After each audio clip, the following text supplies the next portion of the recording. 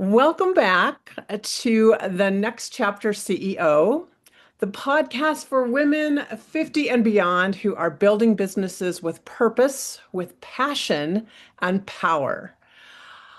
I'm your host, Lorraine Quick, and I am here to help you grow boldly, lead wisely, and create a business the that fits the woman that you are now, not the one you used to be. If you are like most women I coach in business, you've worked hard. You've worn all the hats, and truthfully, you're tired of doing all the things you have to do to keep that business afloat. But what if there is a smarter, simpler way to attract clients without burning out, without chasing leads, without cold calling, without dancing to an algorithm? Well, that's exactly what we're going to be talking about today. I am joined today by Gary Searle. He is the founder of Customers, who specializes in building powerful referral and affiliate systems that bring you qualified leads every single day while you stay focused on doing what you do best. In this episode, Gary is going to share with us how to stop trying to do it all alone. He is going to help us understand how to start building our referral dream team. And finally, help you to grow your business with ease, alignment, and real human connection. So grab a notebook or just sit back and soak it in, and let's explore what's possible when you build smarter, not harder. Let's just jump right in. Gary, I want to ask first, what led you to create Customers and focus on referral marketing as your business model? So actually, it was from my previous experiences, my own experiences of building businesses. And like you said, there's so many people that are burnt out, that are overwhelmed by all these things that we can be doing to build our business. And they do work: cold outreach, content, ads, all of that stuff does work. The problem is that quite often it's very overwhelming, particularly if you're a solopreneur, one person building a business. That's what they don't tell you, is that marketing alone can become a full-time job if you do all these things that we're recommended that we should do and told we should do. And most people do not put a lot of focus on referrals, building relationships, building a network. And that is the key to building a client acquisition system that doesn't burn you out and overwhelm you. So they're brilliant for solopreneurs, but they're also great for growing businesses to also utilize, because so many businesses fail to put the time and attention onto referral marketing that they should do. So it really was from that, my personal experience of building a business primarily off word of mouth and referrals, and seeing that actually it's the best way, in my opinion, to grow a business, and often the most enjoyable, because it's very much based on conversations and relationships. And it's funny, when you were talking about that, I realized what happens is we get so busy and we think, oh, a referral system, well, that would take time, because relationships take time.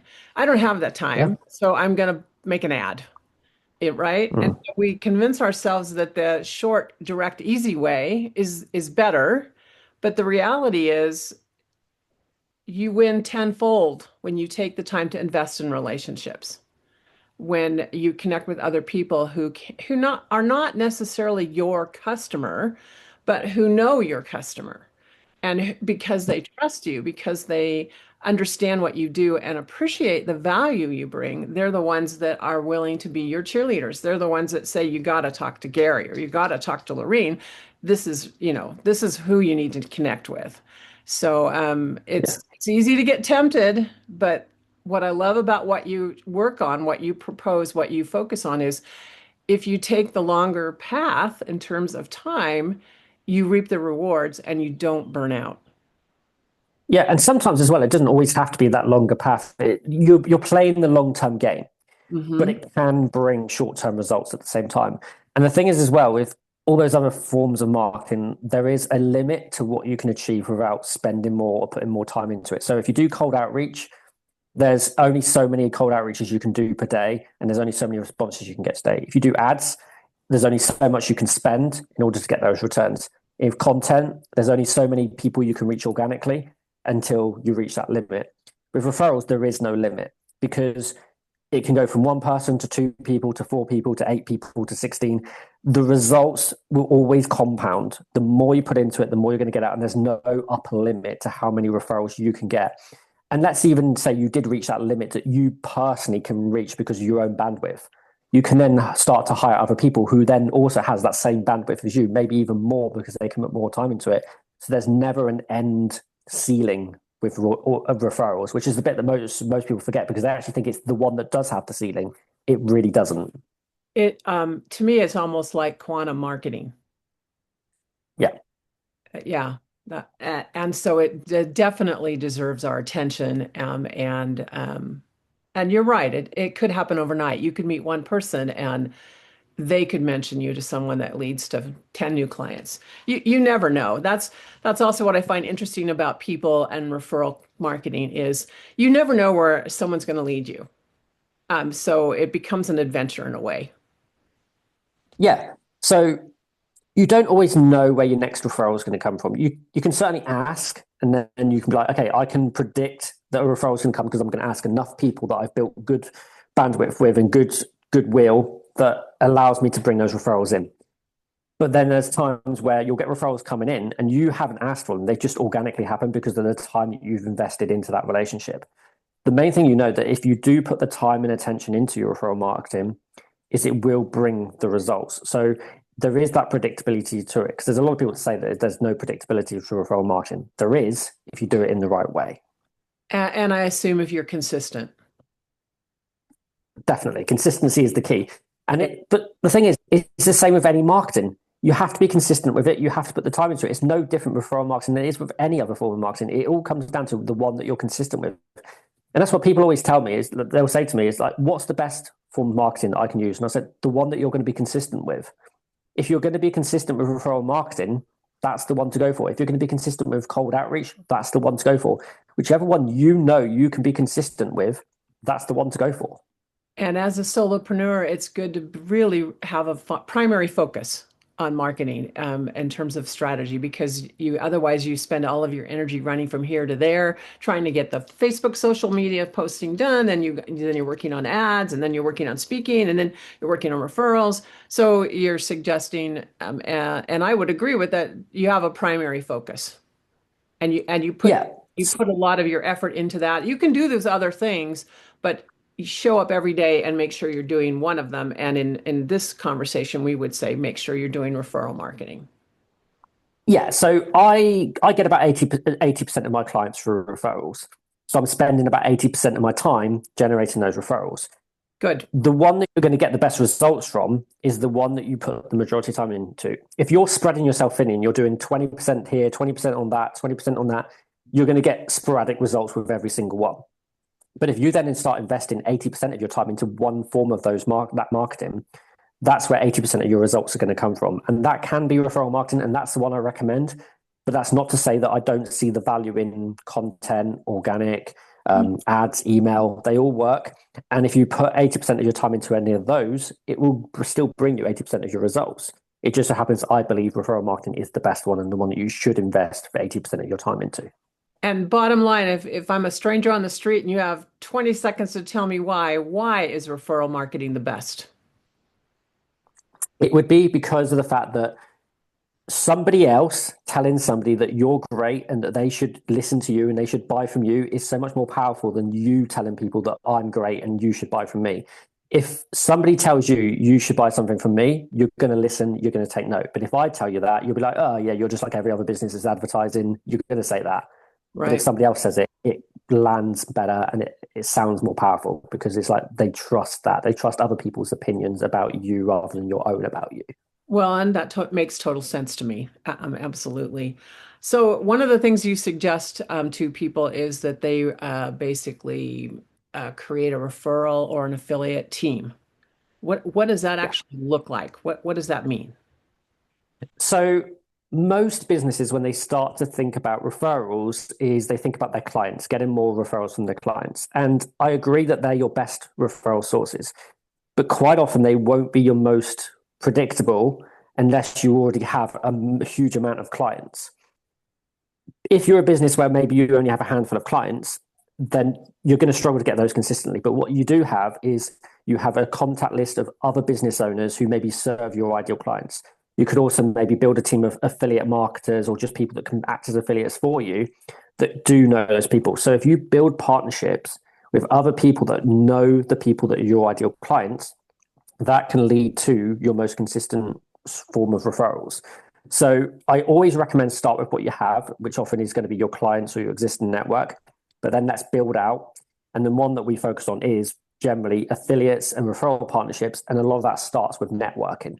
So that's usually the approach I recommend is start by networking, but networking effectively, and then use that to build relationships that lead to collaborations and referral partnerships and affiliate partnerships, which then brings in those referrals. So it's a process, but it's a process that will garner results when you do it in the right way.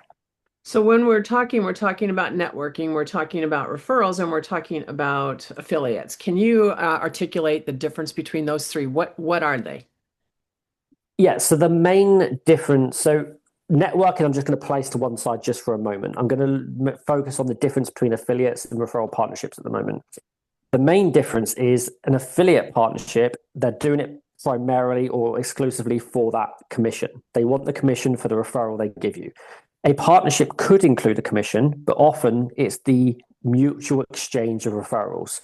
So if you've got two business owners, quite often for the business owner, the biggest reward and biggest incentive for them is the referrals that you can send back to them. The commissions can be great and you can do that alongside it. But actually, what they want is more referrals themselves. So they want you to be able to send referrals. And then if you're able to send them referrals, they're going to send you referrals as well. So that's what the partnerships are. It's more of that mutual exchange. Whereas an affiliate relationship is they send you referrals, you give them a commission, everyone's happy. So it's really whether it's included in the commission, whether it's exclusively for the commission, or primarily about the mutual exchange of referrals. Okay, good. And then let's jump into what is networking, just so everyone's clear, because that lays the foundation for building this network for you. Yeah. So networking is simply relationship building.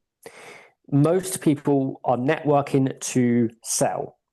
And okay, everyone's networking to sell. But the thing is that most people are going in with that transactional mindset of, can I sell to the person that's in front of me? But if Mhm. you go into, okay, can I build a relationship with the person that's in front of me? What can I do for the person? Become interested in them rather than interesting. Then you start to develop relationships. And those relationships build the types of relationships that lead to referrals. And when I'm in talking to someone in a networking environment, I'm not focused on can I sell to this person. I'm focused on can I build a referral partnership with this person. Sometimes the people that I net with do want my services and they'll let me know. I've never made a sale from networking by selling to the person that's in front of me unless they first tell me that they're interested. If they either directly tell me they're interested in what I have, or indirectly by saying, "Oh, I might need that. That sounds good. That could be beneficial for my business," then I'll let them know about that. Otherwise, I'm not going to try and sell to them. But most people are directly trying to sell at networking events. So if you then show up differently and being very relationship driven, all of a sudden you stand out. And that's what true networking is about. It's about building relationships and building mutually beneficial relationships. Great, great. And then I'm going to ask for one more piece about this because I've worked with you in terms of I'm part of your group. You have helped me do some private one-on-one coaching. Or how is collaboration linked to all of these things? So the collaboration is where people will give you access to their own networks or their own audiences or their own client base for you to then provide value on a grander scale to more people. And then those people could become clients of yours, or maybe they'll also know people that could become clients of yours. So the collaborations is taking you further towards getting those referrals coming in. And sometimes as well is that the collaboration can form a great part of the referral partnership. The end goal is a referral partnership where they send you referrals and you can send them. The collaboration can help with that because when you then do the collaboration, they're giving you access to their network and their audience. And there could well be people in there that need your services either now or in the future. And that to me is the ultimate recommendation is for me, when I'm willing to share my market, my warm Exactly. my warm my warm and my hot and my actual clients with someone else, I'm basically standing up and saying, here's someone that I value, that I think can Yeah. contribute and make a difference to your life, and you should be listening to them and even potentially working with them. So that is a compliment, I think, but also Mhm. even more of a testimony to who you are when you are brought in as a collaborative partner. So I Yes. love this. It's like build the foundation by begin networking, seeking out those affiliate and referral partners that become a regular part of your team. And then even within that, then scope that group of people out and say, is there someone I want to work more closely with that I can share my market with, and they will share theirs with me. And enhance our stature as experts in our field and people who make a difference, who bring value.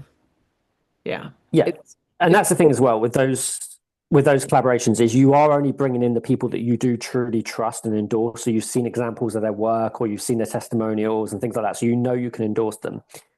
And then they're doing something that you don't deliver. So let's say in your instance of what you do with helping your clients to build their businesses once they get to their sort of retirement years or close to it. Maybe there's something else then that your partners can do that you cannot provide.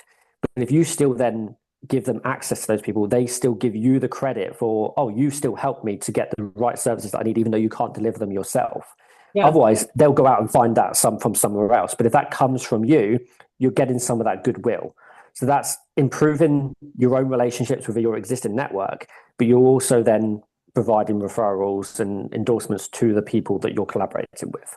Well, and you become known as a connector. Yeah, And then people look to you to connect them with the right person. Uh, yeah. and that's a powerful role to play in a business community. It certainly is. So, an example of that I would use is the film The Godfather. Most people have seen it at this point. At the start, people will come in and he's in this room, and people are saying, "I need such and such thing. Can you do it, or do you know the person?" He knows the person. He knows everyone. Everyone wants to know him. He can Yeah, connect you with that person. So yes, he's a mafia boss and he's an awful person, but he's also a connector. He can connect you with the right people to provide whatever it is that you need. absolutely. And I never thought about it that way, but that is a perfect example. And I love that film, by the way. So do I. Well, so if I'm a business owner and I'm just starting out, how do I start attracting the right affiliate or referral partners to me? How do I screen them? I can meet them at a networking event, but how do I know who is it that I should be seeking further relationship with?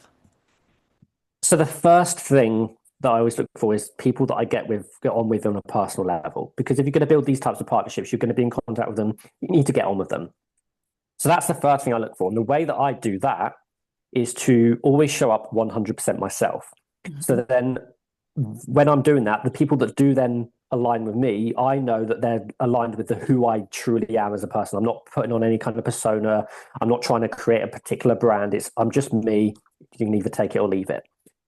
From there, you can then look at things like, is there a complementary product or service that we've got that can actually assist and improve our clients and our network's lives in some way that we can put together in some form of capacity?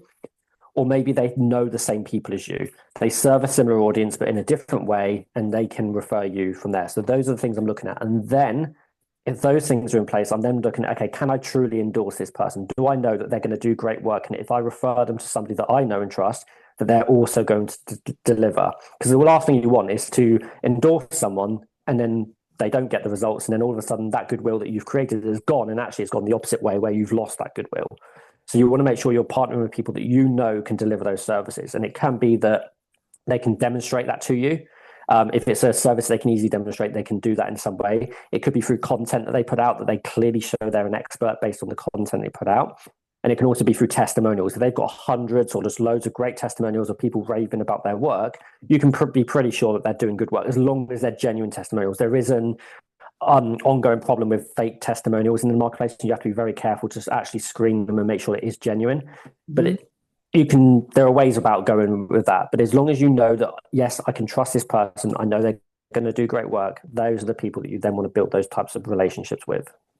And I would think too, you could test because once you send someone to someone, you could follow up and find out how that went with, so if I Absolutely. connect Yeah. person A to you, I can check back with person A and say, well, how did that go meeting with Gary? Well, and then they're like, well, he never showed up or he blew me off. Yeah. Well, that's the last time I refer, right? But if Yeah. they say, oh my gosh, it was the most incredible experience I had. He's so kind and he helped me so much. Oh my gosh, you're going to be getting more referrals. Yeah.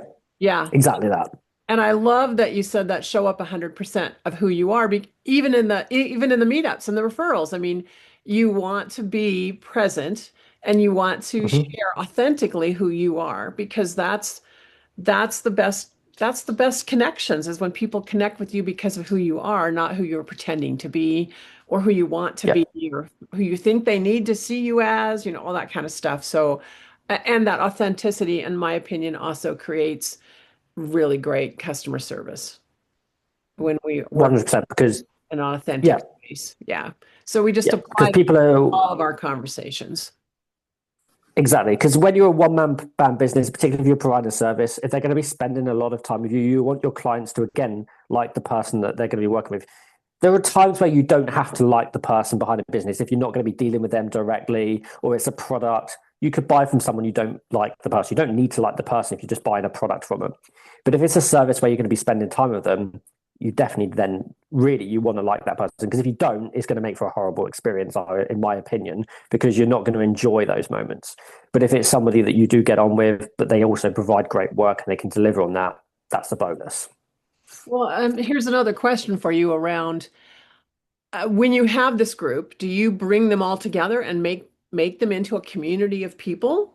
Or do you just keep these as one-on-one conversations and interactions? I mean, if they're a team, they're kind of all, I would think they might be all together. Do you recommend that, or do you just say That's keep them separate? yeah, that's what I recommend is that you actually build a bit of a community around your referral partnership and your referral network so that you bring everyone together and that you can all help each other out and support each other. And then you become known as the leader of that group. And then all of a sudden, you are that epitome of and the connector. Everyone knows that you put all these things together. And if it's creating great results for everyone involved, all of a sudden people are going to want to be a part of that. And it's going to be that little exclusive community that you've created that you can't get into unless you're invited in. And you need to be invited in by you as the leader of that, all the people that are in that community already. And one of the things I hear myself saying is, "Oh my gosh, well then that's one more thing I have to manage, one more thing I have to do." Does that take a lot of time and energy? It doesn't need to, but at the same time, if you're then doing it correctly, you're going to be getting that time back from not doing all this other marketing stuff that you've been doing for now. So all of a sudden, you can put that time into building that. So, like for me now, my time is primarily spent either with my clients or with my referral partners. Uh-huh. I'm not doing a lot of that other stuff. Yeah, I might produce content here and there, but one of the things you'll see from me is I'm not producing content every single day. I'm not putting out ads. I don't send emails. I don't do a lot of these things that people tell you should do when you're running an online business. And the reason for that is because I'm investing my time with my clients and my referral partners. Great. And then what do you say to an entrepreneur who feels like oh they've tried everything, they're exhausted and they're thinking I should just give this up because it just doesn't work or I need to hire a marketing company to come in and do all this for me. What advice would you give them for the burnout? So it might sound harsh and it might come across as I don't know how it's going to go. I'm just going to say it. If you've tried everything, you've been consistent with nothing. So that means that the reason you're not getting the results is on you because you're trying all these things, looking for that magic pill that's going to bring the results, but it's because you've not gone all in. It goes back to that 80% rule. Put 80% of your time and effort into one of the things, and it will bring results if you do it in the right way. It's possible that you could do this thing at 80% of your time and then not get results because you're doing it in the wrong way. But if you know then that, okay, I'm going to invest in referrals, or I'm going to invest in email marketing or cold outreach or content, you will get results if you're doing it the right way. And if you're not getting results, it's because you're not doing it right. You need to work out why you're doing that part wrong. So if somebody is listening to this thinking, oh, I've tried everything, that means that you've not been consistent with anything. Because if you had been consistent, you wouldn't have had time to try everything. Okay. So commit. Commit to Yeah. yourself. And if you're a solopreneur, commit to one major strategy and then work Yeah. it and work it Yeah. with all heart and soul. And is that maybe a 6-month window we're looking at to see real strong results, or is it a year? Or if you've hit 6 months and you're not getting much results, then something else is going on and you need some help. So if if you're going to commit to one thing, commit to it for the long term. Okay. But if you're not getting results after 6 months, it means that something you're doing within that form of thing isn't working. So it's I need to evaluate this. So it's not I need to now go and do something else. It's I now need to do this same thing, but in a different way that's going to produce results. And then for that, I might need help. I might need someone from an expert in that area that knows how to get results from it. Or maybe I need to look at what I'm doing and think, okay, what can I do differently? And one of the things as well is that if you want to know what to do for any form of marketing, is look what the majority are doing and then do the opposite. Because most people get marketing wrong. Most people aren't getting the results that you want. So whatever most people are doing, you need to be doing something different. So again, it goes back to networking. Most people are going to networking events, very transactional, trying to sell. So if you show up relational, it's going to stand out. And I was just on a call literally before this, and I said, if you was in a room with somebody and there were 100 people in that room, and 99 of those people were all wearing suits, and then there was one guy that was wearing shorts and a t-shirt, who are you going to pay attention to and who are you going to be intrigued by? It's the guy wearing the shorts and the t-shirt because he stands out. He's the one person doing things differently than everyone else. All of a sudden, he gets that attention and he's memorable. So find a way to stand out as part of this, and don't be afraid to do what everyone is not doing, if Yeah. that's right for you. I mean, obviously, just don't wear shorts to a meeting because you think you'll stand out. Yeah. Wear shorts to a meeting because it's going to make a statement about who you are and draw curiosity and interest to you. I mean, and that's a silly example, but it's still an example nonetheless. So, Yeah, exactly. It illustrates the point that I'm making. because in the marketing world, everyone's got similar messages. And like you said, everyone's trying to sell. Even at a networking meeting, Yeah. they're there to sell. And so if you are significantly different, you will attract the people who are curious about you because you are different. Yeah. Yeah, that's great. That's great advice. If you could say, here you are today, my friend, as a new entrepreneur who doesn't have a lot of money, who is a entrepreneur, what's one small first step that they could take to start attracting referral or affiliate partners, even without everything else in place? Develop one relationship today Uh-huh. that's going to bring referrals in, and then keep doing that one relationship at a time, one conversation at a time. You don't need 100 people to send you referrals. You just need one person that can send you that referral today. And if you can invest in that relationship and then build it over time and build it to the next one. So it's one at a time, one relationship at a time, one conversation at a time. Kind of like climbing a mountain. You got to take one step at a time. And Yeah. the momentum builds, and before you know it, you're at the summit. Yeah. Exactly. Okay. Gary, can you share a real life example of someone you've worked with who has gone through this process and had huge success?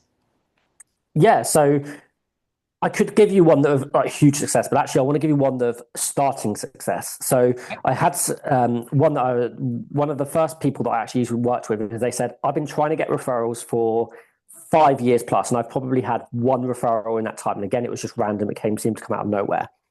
And the truth is, it didn't come out of nowhere. They did create it, but that's a whole other story. I then worked with them, and I looked at what they already had. I looked at the relationships they already built, and they went from having one referral in 5 years to having five referrals in 1 week because of the fact they started with what they've got. They looked at the relationships they've already built, and they took the initiative and asked for those referrals. So always start with what you've got. And just because you haven't had something up until now, it doesn't mean that you don't have to. So you can get referrals really quickly because I guarantee that you have invested in relationships with people that can send you referrals. And it could just be like friends. It could be people that you've worked with before, previous colleagues. There are people that you have built relationships with. There is nobody on this planet that hasn't built good relationships somewhere in their life. Chances are some of those people can refer to you. Okay, there are very rare situations where the people you've built relationships with, they're just not great referral sources for you. Okay, so now you need to go out and find one person that you can develop a relationship with who can be a referral source. But most people will know somebody who can refer to you. And so how do you ask for that referral? It's kind of like trying to close a sale, right?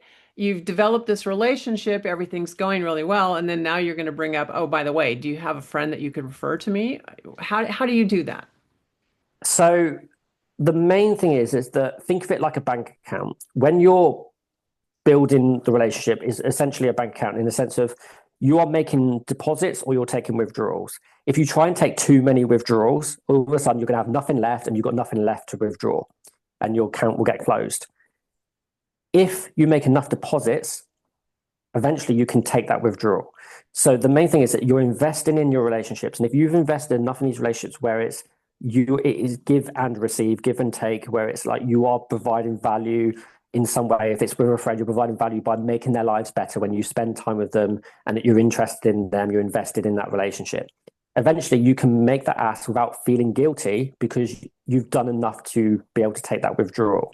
So it's when you ask for that referral, is you're asking from the people that you know you've given enough to in order to make that withdrawal from that proverbial bank account. And it should feel natural to you, right? Not like you're Yep. pitching, but just a gentle, hey, by the way, if you happen to know anyone, I would love to connect with someone who could use my services. I mean, is that good or is there a better language for this?